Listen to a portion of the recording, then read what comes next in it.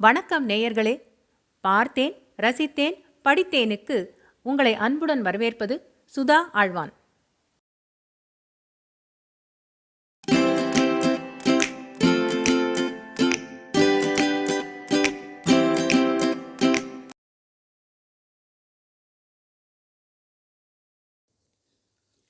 தனலட்சுமி அம்மாளுக்கு 3 மகள்கள். 11, 7, 5 என்று சின்னஞ்சிறு குழந்தைகளாக அவர்கள் இருந்தபோதே தனலட்சுமி அம்மாளின் கணவர் சிறுவயதிலேயே காலமாகிவிட்டார். அரசாங்க உத்தியோகத்தில் அவர் இருந்ததால் பென்ஷன் கிடைத்தது என்றாலும் அது சொற்பமாகவே இருந்தது. தானும் ஆசிரியர் வேலை பார்த்து மாலை வேளைகளில் டியூஷன் எடுத்து 3 மகள்களையும் அரும்பாடுபட்டு வளர்த்தாள் தனலட்சுமி அம்மாள். தமிழ்நாட்டில் ஒரு சிறிய ஊரில் அத்தனை வருடங்களுக்கு முன் கணவனும் இன்றி தனியாளாக 3 பெண்களை வளர்ப்பது சாதாரணமல்ல. தனலட்சுமி அம்மாளும் தன் பெயருக்கு எந்த களங்கமும் வராமல் நல்ல ஆசிரியர் என்ற பெயர் எடுத்திருந்தாள். தெருவில் உள்ளோருடனும் சக ஆசிரியர்களிடமும் நற்பெயருடனும் இருந்தாள். தனலட்சுமி அம்மாளின் மகள்களும் சகோதரிகளுமான அந்த 3 பெண்களும் நல்ல குணங்களுடன் பதவிசான, சாமர்த்தியமான, அதே சமயம் தைரியமான பெண்களாக வளர்ந்தார்கள். 3 மகள்களும் அம்மாவின் மீது மிகுந்த மதிப்பும் மரியாதையும் அன்பும் வைத்திருந்தார்கள். தங்களை வளர்த்து ஆளாக்க அம்மா பட்ட கஷ்டங்கள் அனைத்தும் உணர்ந்திருந்தார்கள். மூவரும் அழகுடனும் களை பொருந்தியும் இருந்தார்கள். தெரிந்தவர்களிடம் எல்லாம் தன் பெண்களுக்கு தான் நிறைவேற்ற வேண்டிய கடமைகளை பற்றியே எப்பொழுதும் சொல்லிக் கொண்டு இருப்பாள் தனலட்சுமி அம்மாள். 19 வயது வந்தவுடனேயே தன் மூத்த பெண்ணான ரமாவுக்கு தங்களுக்கேற்ற இடத்தில் சம்பந்தம் பேசி இயன்ற அளவு நன்றாக கல்யாணம் செய்து வைத்தாள் தனலட்சுமி அம்மாள். குடும்ப நிலை தெரிந்திருந்ததால் ரமாவும் மறுப்பு ஏதும் சொல்லாமல் கல்யாணம் செய்து கொண்டாள். கல்யாணம் முடிந்து கணவர் பிரசாத்துடன் சென்னைக்கு குடியேறினாள் ரமா. பிரசாத் ஒரு தனியார் நிறுவனத்தில் வேலை பார்த்தார். மாமியார், மாமனார் இருவரும் ஊரில் இருந்தார்கள். கல்யாணத்திற்கு அடுத்து சீமந்தமும் வந்தது. அதையும் செய்து வைத்தாள் தனலட்சுமி அம்மாள். ரமாவுக்கு ஒரு மகன் பிறக்க அவளுடைய இல்லறம் நல்லறமாக போய்க் கொண்டிருந்தது. கணவர் இல்லாத பட்சத்தில் மகள்களை கரையேற்றி வைத்து தன் கடமையை நிறைவேற்றுவதே தனலட்சுமி அம்மாளின் குறிக்கோளாக இருந்தது. எனவே 3 வருடங்களில் 2வது மகள் ரூபாவுக்கும் 19 வயதான போது சென்னையிலிருந்து ஒரு நல்ல வரன் அமைய அவளால் முடிந்த சொற்பமாக ஒரு மெலிதான சங்கிலியும் 2 வளையும் போட்டு திருமணத்தை முடித்து வைத்தாள். ரூபாவின் கணவர் மதனும் தனியார் வேலையில் இருக்க மாமனார் மாமியருடனும் கூட அவள் வீட்டில் இருந்தாள். ஏழ்மையான குடும்பம் என்று தெரிந்துதான் ரூபாவை திருமணம் செய்து கொண்டார்கள் என்றாலும் பிச்சைக்கார குடும்பம், ஒன்றும் இல்லாத வந்தவ என்றெல்லாம் அவ்வப்போது அது பற்றி குத்தி காட்டி அவளை அவமானப்படுத்திக் கொண்டே இருந்தாள் ரூபாவின் மாமியார். ரூபாவின் கணவனோ இது பற்றியெல்லாம் ஒன்றும் பட்டுக்கொள்ளவில்லை. ரூபாவின் தாயாரான தனலட்சுமியையும் நேரிலும் பிறகு ரூபாவிடமும் இழிவுபடுத்தி பேசி வரவும் சிறு பெண்ணான ரூபா செய்வதறியாது திகைத்தாள். தாய் சிரமப்பட்டு திருமணம் செய்து வைத்திருப்பதை எண்ணி வாயை மூடிக்கொண்டு மௌனமாக இருந்தாள். ஏச்சும் பேச்சும் நாளும் தொடர்ந்தன. ஆயிற்று. ரூபாவுக்கும் சீமந்தம் செய்து ஒரு அழகான பெண் குழந்தை பிறந்தது. புகுந்த வீட்டின் தொல்லையும் தொடர்ந்து கொண்டேதான் இருந்தது. ரமாவின் வீட்டில் அவள் கணவன் பிரசாத் பெற்றோருக்கு ஒரே பையன். ரூபாவின் கணவனுக்கோ ஒரு அண்ணனும் 2 அக்காக்களும் இருந்தனர். 2 அக்காக்களும் வேலை பார்ப்பவர்கள். தங்கள் தாய் ரூபாவை இப்படி நடத்துவதை கண்டித்தாலும் மதன் கண்டு கொள்ளாததால் சித்திரவதை தொடர்ந்தது. மதனின் அண்ணன் வேறு ஊரில் இவர்களுடன் கிட்டத்தட்ட தொடர்பில் இல்லாமல் இருந்தான். கடமையை முடிக்கிறேன் பேர்வழி என்று 2 மகள்களுக்கும் கல்லூரி முடிக்கும் முன்பே திருமணம் செய்தாகிவிட்டது. பெரும்பான்மை சுமை போயிற்று.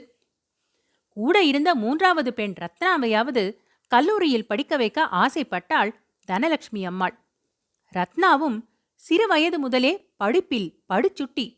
அவள்தான் வகுப்பில் முதல் மாணவி.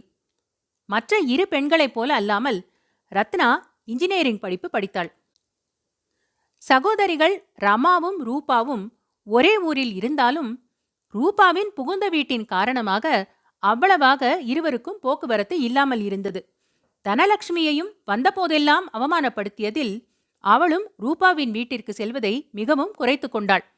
இதற்கு மாறாக ரமா அடிக்கடி ஊருக்கு சென்று தன் தாயையும் தங்கையையும் பார்த்துவிட்டு வருவதும் போவதுமாக இருந்தாள். இதற்கிடையில் ரமாவின் கணவனுக்கு வேலையில் ப்ரமோஷன் கிடைக்க சென்னையிலிருந்து பெங்களூருக்கு மாற்றலாகிச் சென்றார்கள் ரமாவின் குடும்பத்தினர். ஆத்திர அவசரத்திற்கு அக்கா பக்கத்தில் இருக்கிறாள் என்று இருந்த ரூபாவிற்கு ரமாவின் ஊர் மாற்றம் பெருத்த வருத்தத்தை தந்தது.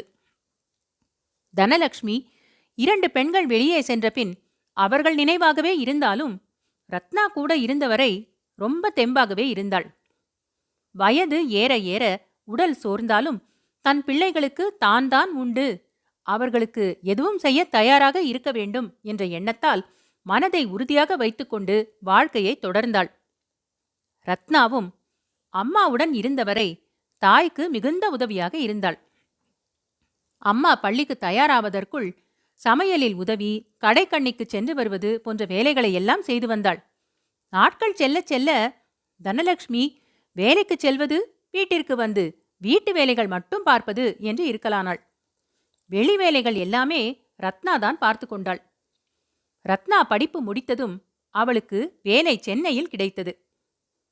தனலட்சுமி இன்னும் ஆசிரியர் வேலையில் இருந்ததால் அவர்கள் குடும்ப நிலைமைக்கு அதை விடுவது உசிதம் என்று படவில்லை. எனவே வேறு வழியின்றி ரத்னா ஒரு பெண்கள் விடுதியில் சேர்ந்தாள் சென்னையில். அங்கிருந்து வேலைக்கு செல்லத் தொடங்கினாள். பல வருடங்கள் 3 மகள்களுடன் கலகலவென்று இருந்த வீட்டில் முதன்முறையாக தன் வீட்டில் தன்னந்தனியே இருக்க வேண்டியதாயிற்று தனலட்சுமி அம்மாளுக்கு. அந்த சிறிய ஊரில் அநேகமாக எல்லாரும் ஒருவருக்கொருவர் தெரிந்தவர்களே. என்னதான் பல வருடமாக தனலட்சுமி டீச்சராக எல்லாரும் மதிப்புடன் பழகினாலும், என்னதான் மகள்கள் கண்ணும் கருத்துமாக இருந்தாலும் நிதர்சனத்தில் தனிமை என்பது மறுக்க முடியாதுதானே. ஆத்திர அவசரத்துக்கு உதவிக்கு ஓடி வருவார்களை ஒழிய தினப்படி வேலைகளை தானே செய்துதானே ஆக வேண்டும். வெளியே சென்று எல்லாம் செய்து பழக்கமிட்டு போய்விட்டதால் சிரமப்பட்டாள் தனலட்சுமி அம்மாள். வார கடைசிகளில் ரத்னா வந்துவிடுவாள் அம்மாவை பார்க்க. அவள் இருக்கும் அந்த 2 நாட்களும் நகராமல் அப்படியே இருக்கக்கூடாதா என்று தனலட்சுமியின் மனம் ஏங்கும். கூடவே தான் நிறைவேற்ற வேண்டிய அடுத்த கடமையும் நினைவு வரும். அதுதான் ரத்னாவிற்கும் திருமணம் செய்து வைக்க வேண்டும் என்பது. கல்லூரி முடித்து வேலை பார்க்கும் பெண்ணிற்கு ஏற்றவாறு சற்று தீவிரமாகவே வரன் பார்க்கத் தொடங்கினாள் தனலட்சுமி. ஒரு வரன் அமைந்தது. மாப்பிள்ளையும் ஒரு என்ஜினியர். பெயர் ஆதிநாதன். சென்னைவாசிதான். திருமணம் நன்றாக நடந்தேறியது. ஆதிநாதனின் பெற்றோரும் சொந்த ஊரில்தான் வசித்தனர். திருமணத்தின் போது ரூபா அம்மாவின் காதில் ரகசியமாக தான் அடுத்த குழந்தை உண்டாகியிருப்பதை பகிர்ந்தாள். அடுத்த பேரக்குழந்தை வரப்போவதை எண்ணி பூரித்தாலும் தனலட்சுமி தனக்கு அடுத்த கடமை வந்துவிட்டதை எண்ணினாள். எதிர்பார்த்தது போலவே ரூபாவின் வீட்டில் பிரசவம் பிறந்த வீட்டில் வைத்துக் கொள்ள சொல்லிவிட்டார்கள். முதல் 2 பேரன் பேத்தி பிறந்தபோது வீட்டில் உதவுவதற்கு ஆள் இருந்தது. அதனால் பிள்ளைப்பேறு பார்ப்பதில் சிரமம் தெரியவில்லை. இப்போது கூட உதவிக்கு யாரும் இல்லாமல் என்ன செய்யப் போகிறோம் என்ற கவலை தொற்றிக் கொண்டது அவளுக்கு. தன் பெரிய பெண் ரமாவிடம் உதவி கேட்டாள். அந்த சமயத்தில் வந்து தருவதாக சொன்னாள் ரமா. தனியே இருக்கலான தனலட்சுமி அம்மாள் ரூபாவின் வரவுக்காக காத்திருக்கலானாள். அடுத்த 7 மாதத்தில் தன் முதல் குழந்தையுடன் பிரசவத்திற்காக பிறந்த வீட்டிற்கு வந்தாள் ரூபா. மனதில் ஒரு உறுதியுடன் அவளை கவனித்துக் கொண்டாள் தனலட்சுமி அம்மாள். தாயின் தவிப்பை அறியாமல் இல்லை ரூபா. இருப்பினும் தாய்க்கு தன்னால் எந்த விதத்திலும் உதவ முடியாத கையாலாகத்தனத்தை எண்ணி வெதும்பினாள். அந்த சமயத்தில் நல்ல வேளையாக கடவுள் போல ரமா உதவிக்கு வந்தாள் சொன்னபடி. குழந்தை பிறந்த சில நாட்களில் ரத்னாவும் நல்ல செய்தி சொல்ல, அடுத்தடுத்து வந்த சீமந்தம், அதை அடுத்த பிரசவம் போன்ற நிகழ்ச்சிகளில் திக்குமுக்க ஆடி போனாள் தனலட்சுமி அம்மாள். ரத்னாவிற்கும் நலமாக ஒரு பெண் குழந்தை பிறந்தது. பின்னர் அவளும் குழந்தையோடு திரும்பிச் சென்றதில் தன் கடமைகளின் பெரும்பாரம் கழிந்துவிட்டதாக எண்ணி நிம்மதியடைந்தாள் தனலட்சுமி அம்மாள். அனைத்திலும் கூட உதவியவள் முதல் மகள் ரமா. ரூபாவின் குடும்பம் இன்னும் மாறாமல் அப்படியேதான் இருந்தது. அவளால் தாய்க்கு எந்த உதவிக்கும் வர முடியவில்லை. புகுந்த வீட்டில் அனுமதிக்கவில்லை. தனலட்சுமியின் 3 மாப்பிள்ளைகளும் ஒவ்வொரு விதமானவர்களாக இருந்தார்கள். ரமாவின் கணவன் பக்திமான். அலுவலகம் விட்டால் வீடு, வீட்டிலிருந்து அலுவலகம், பாக்கி நேரம் சேவை, தொண்டு, கோவில் என்று நேரத்தை செலவழித்தான். மனைவி தாய்க்கு உதவியாய் இருக்க வேண்டும் என்று அவளை வேண்டிய சமயங்களில் அனுப்பியும் வைத்தான். 2வது பெண் ரூபாவின் கணவனுக்கோ எந்த கெட்ட பழக்கங்களும் கிடையாது. தாய் தந்தையின் வார்த்தையை தட்டாத நல்லவன்தான். ஆனால் அவர்களின் அநியாயத்தையும் தட்டி கேட்காதவன்.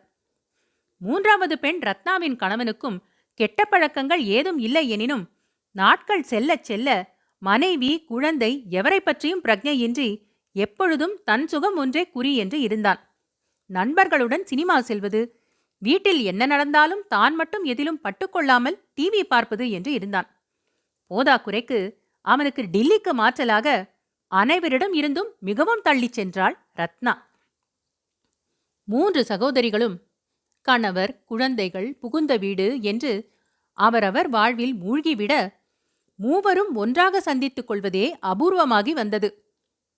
ரமாவும் ரத்னாவும் சில வருடங்கள் கோடைகால பள்ளி விடுமுறை நாட்களில் தாய் வீட்டிற்கு வருவார்கள்.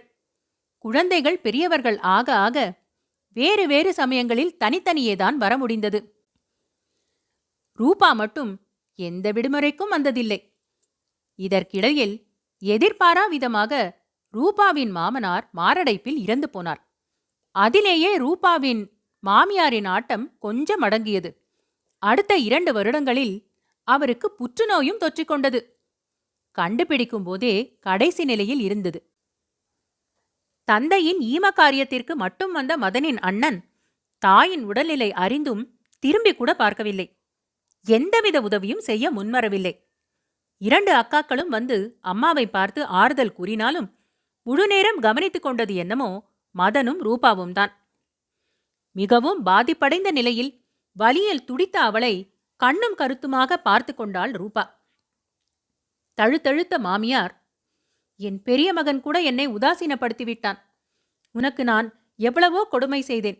எல்லாத்தையும் பொருட்படுத்தாமல் இப்படி என்னை கண்ணும் கருத்துமாக கவனித்துக் கொள்கிறாயே அம்மா. என்னை மன்னித்துவிடு, நீ நன்றாக இருக்க வேண்டும் என்று கையை பிடித்துக்கொண்டு அழுதாள். நண்டும் செண்டுமாக 2 குழந்தைகளை வைத்துக்கொண்டு படாத பாடுபட்டாள் ரூபா. புற்றுநோய் முற்றி மருத்துவமனையில் அனுமதிக்கப்பட்ட மாமியாருக்கு மிகுந்த சேவை செய்தாள். 6 மாத போராட்டத்திற்கு பின் தன் உபாதைகளில் இருந்தும் இந்த உலக வாழ்வில் இருந்தும் விடுதலை அடைந்தாள் ரூபாவின் மாமியார். இதற்கு பின் ரூபாவின் வாழ்வு நன்றாகவே மாறியது. தன் தாய்க்கு மனைவி செய்த சேவைகளை எல்லாம் கண்ணால் பார்த்த மதனுக்கு இத்தனை நாள் இவளுக்கு ஆதரவு தராமல் புறக்கணித்தது பற்றி வருந்தினான்.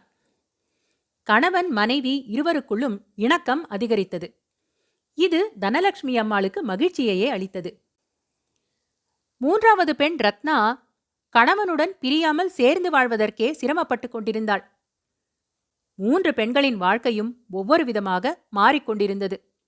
தனலட்சுமி அம்மாளும் கொஞ்சம் கொஞ்சமாக தனியாக வாழ பழகிக்கொண்டாள். என்ன பழகிக்கொண்டாள் என்றால், ஏனோ தானோவென்று இருக்க பழகிக்கொண்டாள். குழந்தைகள் இருந்த பொழுது இருந்த ஒழுங்கெல்லாம் தன்னால் முடியாத வாசியால் போயிற்று.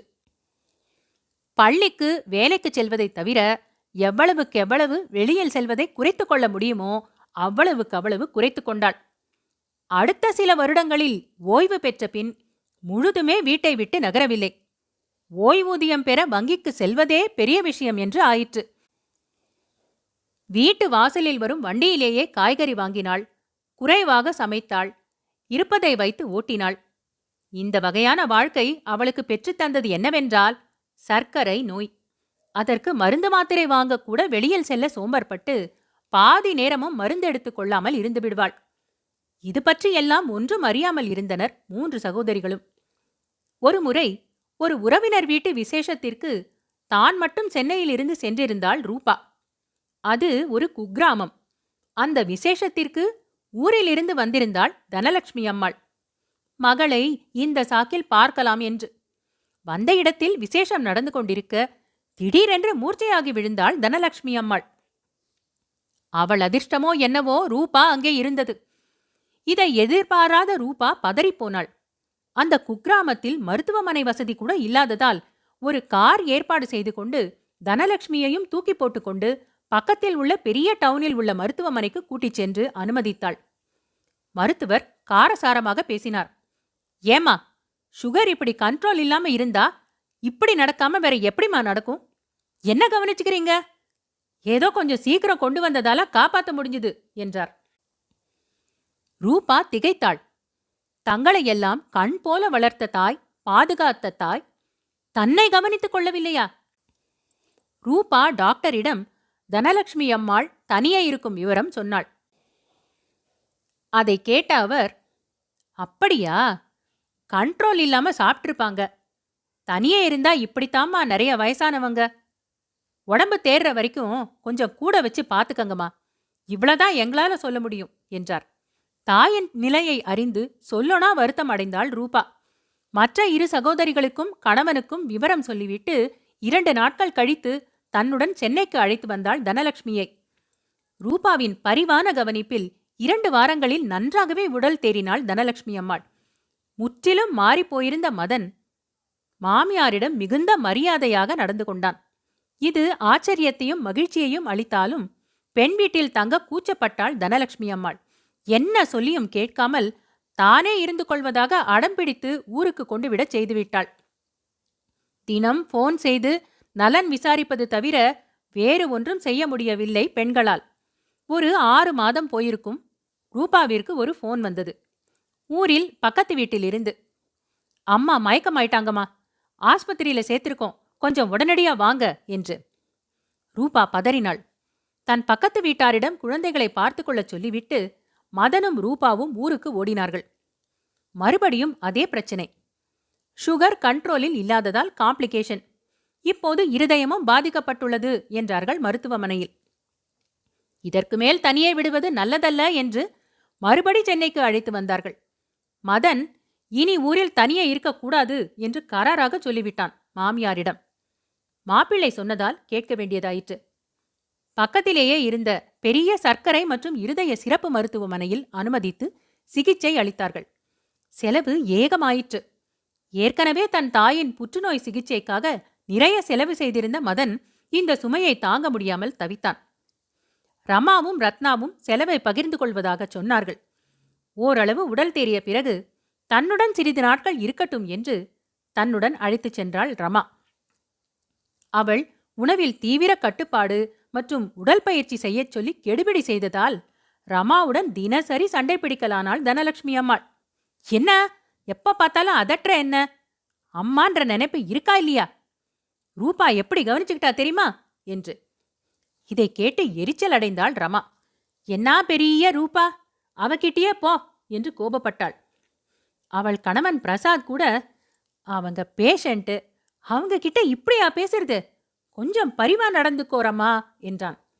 உங்க வேலைய பாருங்க, எங்க அம்மாவை கவனிச்சுக்க எனக்கு தெரியும் என்று சொல்லிவிட்டாள். 1 மாதம் கூட வைத்துக்கொள்ள முடியாமல் ரூபாவிடமே திரும்ப கொண்டு விட்டாள் ரமா. ரத்னா வேலைக்கு சென்று கொண்டிருந்ததாலும் அவள் கணவனுடனும் பிரச்சனை நடந்து கொண்டிருந்ததாலும் அவளிடம் அம்மா இருப்பது பற்றிய பேச்சே எழவில்லை. ரூபாவிற்கு நீக்கு போக்கு தெரிந்தது. அம்மாவை பேசும் விதத்தில் பேசி சாப்பிட வைத்தாள். தானும் கூட நடந்து கையை பிடித்து நிதானமாக நடக்க வைத்தாள். பரிவாக பேசினாள். பேத்திகளும் பாட்டியிடம் பேசி அன்பாக நடந்து கொண்டார்கள். கொஞ்சம் கொஞ்சமாக மற்ற 2 மகள்களிடம் போனில் பேசும்போதெல்லாம் ரூபா புராணம் பாட ஆரம்பித்தாள் தனலட்சுமி அம்மாள். இதை கேட்டு இப்போது மற்ற 2 சகோதரிகளும் கடுப்பாயினர். அவர்களுக்கு தாய் மீது பாசம் இல்லையா? நாங்களும் செய்யவில்லையா? உடலால் முடியாவிட்டாலும் செலவையாவது பகிரவில்லையா? அதென்ன எப்ப பார்த்தாலும் ரூபா வசத்தி? ரூபாவிடம் இருக்கவேதானே நாம குறைந்து போகிறோம். யாரிடமும் இல்லாமல் அம்மாவை பொதுவா ஒரு இடத்தில் வைத்தா இந்த பிரச்சனை எல்லாம் தீந்துவிடும். எனவே இதோ பார் ரூபா, அம்மாவை கவனித்துக் கொள்ள வேண்டியது நம்ம 3 பேரோட கடமையும்தான். நீ மட்டும் தனியா சிரமப்பட வேணாம். நீயும் ரமாவுமாவது வீட்டில வச்சு கவனிச்சுக்க முடியுது. ஆனா என்னால அப்படி முடியலையே. எனக்கு அதனால ஒரே கில்ட்டி கான்ஷியஸ்னஸா இருக்கு என்றாள் ரத்னா. அம்மாவும் கூட இருக்கிற வரைக்கும் நீயும் எங்கேயும் போக முடியாது ரூபா. பேசாம ஒரு நல்ல முதியோர் இல்லத்துல கொண்டு விட்டுடலாம். நாங்களும் செலவை பகிர்ந்துக்கிறோம். 3 பேரும் ஒரே மாதிரி செஞ்சதா கொஞ்சம் நிம்மதியாவது இருக்கலாம் என்றாள் ரமா. இவர்கள் சொல்வதெல்லாம் கேட்க கேட்க தலை சுற்றியது ரூபாவிற்கு. என் வீட்டில் அம்மா இருந்தால் இவர்களுக்கு ஏன் உறுத்துகிறது? இவர்களை வைத்துக்கொள்ள வேண்டாம் என்று நானா தடுத்தேன்? பெற்ற தாயை அவர்கள் சொல்லது போல் முதியோர் இல்லத்தில் கொண்டுவிட மனது வரவில்லை ரூபாவிற்கு. தாயிடம் இவர்கள் சொன்னதை சொல்வதற்கு கூட தயங்கினாள். ஒரு நாள் சகோதரிகளின் நச்சரிப்பு தாங்க முடியாமல் சொல்லிவிட்டாள். அதை கேட்டு மௌனமாகிவிட்டாள் தனலட்சுமி அம்மாள். முகம் குன்றிவிட்டது. 2 நாட்கள் சுரத்தே இல்லை. ரமாவா சொன்னா? ரத்னாவா சொன்னா? எல்லாத்துக்கும் கூட நின்னவங்களாச்சே 2 பேரும். அவங்களா இப்படி மாறி போனாங்க என்று மாய்ந்து போனாள். இல்லம்மா, நான் சிரமப்படுறதா அவங்க நினைக்கிறாங்க. நான் கூட இருந்தா சிரமமா? சொல்லு, அப்ப நான் ஊருக்கே திரும்பி போயிடுறேன் என்று அழுதாள். அதை பார்க்கையில் இதயமே பிளந்துவிடும் போல் இருந்தது ரூபாவிற்கு. ரமாவின் நச்சரிப்போ நாளுக்கு நாள் அதிகரித்துக் கொண்டே வந்தது. இவள் என் சகோதரிதானா என்று சந்தேகம் வந்தது ரூபாவுக்கு. இது விஷயமாக பிரச்சனை பெரிதாகி முதியோர் இல்லத்திற்கு தனலட்சுமியை அனுப்பாவிட்டால் பேச்சுவார்த்தையே இல்லாமல் துண்டித்துக் கொள்வேன் என்று மிரட்டலானாள் ரமா. இருவரிடையேயும் மாட்டிக்கொண்டு ரூபாதான் திண்டாடினாள். அவளுக்கு தன் தாயை இல்லத்தில் சேர்க்க இஷ்டமே இல்லை. இந்த தடுமாற்றத்தில் இருந்தபோது ரூபாவின் பெரிய பெண் ஆதரவாக அவள் கையை பற்றி சொன்னாள். அம்மா, பாட்டி பாவம்மா. அவங்க ஏற்கனவே வயசானவங்க, உடம்பு சரியில்லாதவங்க. தனியே நம்ம பார்வையில இல்லாம இருந்ததால தான் பிட்டேற்றியான மனோநிலையில தன்னை கவனிச்சுக்காம இருந்தாங்க.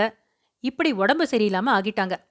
முதியோர் இல்லத்துக்கு போனா அவங்களுக்கும் இஷ்டம் இல்ல, உனக்கும் அனுப்ப இஷ்டம் இல்ல. பார்த்துக்க யாரும் இல்லைன்னா சரி, நாம தான் இருக்கோமே. அவங்க பாட்டுக்கு ஒரு ஓரமா எத்தனை நாளைக்கு இருக்காங்களோ நம்ம கூடயே, நம்ம கண் பார்வையிலேயே இந்த வீட்லயே இருக்கட்டுமே. பெரியம்மா இப்ப பேசாட்டி என்ன, பரவாயில்ல. அதை விட பாட்டியோட நிம்மதி, ஓன் நிம்மதி தான் நம்மளுக்கு முக்கியம். ஒரு நாள் அவங்களே உன்னை புரிஞ்சுக்கிட்டு திரும்ப வந்து பேசுவாங்க, கவலைப்படாத என்று சொன்னாள். இந்த சின்ன பெண்ணிடம் உள்ள தெளிவு நம்மிடம் இல்லையே என்று ஆச்சரியப்பட்டாள் ரூபா. தன் மனதையும் நன்கு திடப்படுத்திக் கொண்டு ரமாவிற்கும் ரத்னாவிற்கும் கான்ஃபரன்ஸ் கால் செய்து பேசினாள். அம்மா என் கூட தான் இருப்பாங்க. அவங்கள இல்லத்துக்கெல்லாம் அனுப்ப மாட்டேன். அவங்க என் கூட இருக்கிறதுல எந்த பிரச்சனையும் இல்ல. கண்ணு மாதிரி பார்த்துப்பேன். நீங்க எப்ப வேணாலும் என் வீட்டுக்கு வந்து அம்மாவை பார்க்கலாம். உங்க வீட்டுக்கு வேணுமானாலும் கூட்டிட்டு போகலாம். உங்களோட கில்ட்டி கான்ஷியஸ்னஸ்க்கு நான் பொறுப்பு கிடையாது. மேலும் எனக்கு கல்யாணமாகி பல வருஷங்கள் வரைக்கும் நீங்க 2 பேரும் தான் அம்மாவுக்கு ஆதரவா இருந்தீங்க. நான் அப்போலாம் எந்த விதத்திலும் உதவி செய்ய முடியல, எட்டி கூட பார்க்கலையே. அப்போ எனக்கு கூட குற்ற உணர்ச்சி இருந்ததே. அதுக்காக நீங்க 2 பேரும் அம்மாவுக்கு தரும் ஆதரவை நிறுத்திட்டீங்களா? அத மாதிரி இப்போ என்னுடைய பொறுப்புன்னு நினைச்சுக்கோங்க.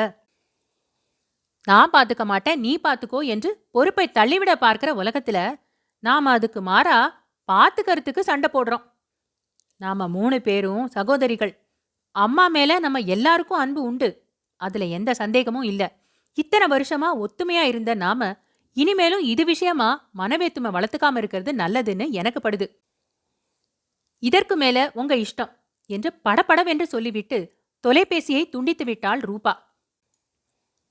ரூபா சொன்னவை எல்லாம் உண்மை என்று மனதில் உரைக்க ரமாவும் ரத்னாவும் ஸ்தம்பித்து போய் நின்றார்கள். ஒரு நிம்மதி பெருமூச்சு விட்டாள் ரூபா. பெரும் பாரம் ஒன்று குறைந்தது போல லேசாக உணர்ந்தாள்.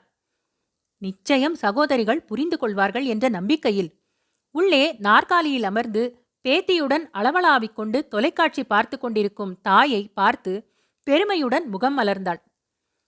பெற்றவர்களுக்கு எப்படி குழந்தைகள் பாரம் இல்லையோ அதுபோல வளர்ந்த குழந்தைகளுக்கு பெற்றோரும் பாரம் இல்லைதானே?